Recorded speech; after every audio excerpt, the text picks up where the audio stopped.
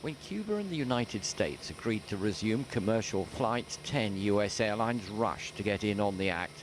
Now, two of the smaller companies, Frontier and Silver Airways, have decided to pull out, while others are cutting back.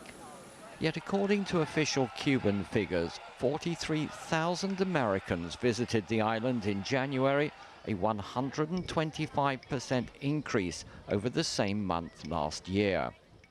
Industry experts here say there's no indication that the US tourist bubble has burst.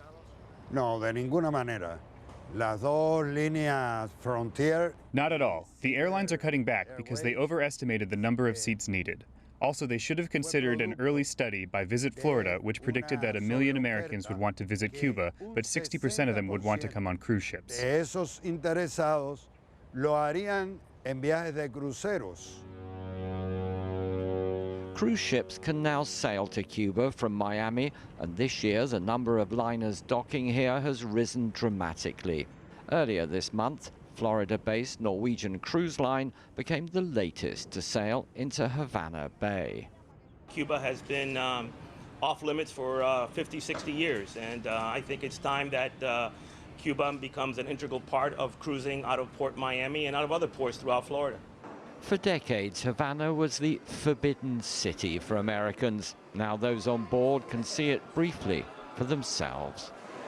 Just wanted to see what it was. Hadn't had a chance to see it, so. We wanted to see the old cars, too.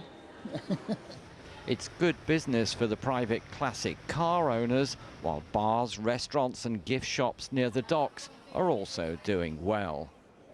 Cruise passengers don't spend as much as other tourists. They only spend a day or two here and sleep on board.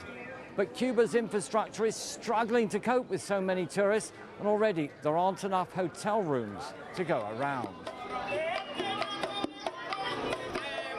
But the current boom could still turn to bust if US President Donald Trump decides to put an end to détente. Michael Voss, CGTN, Havana.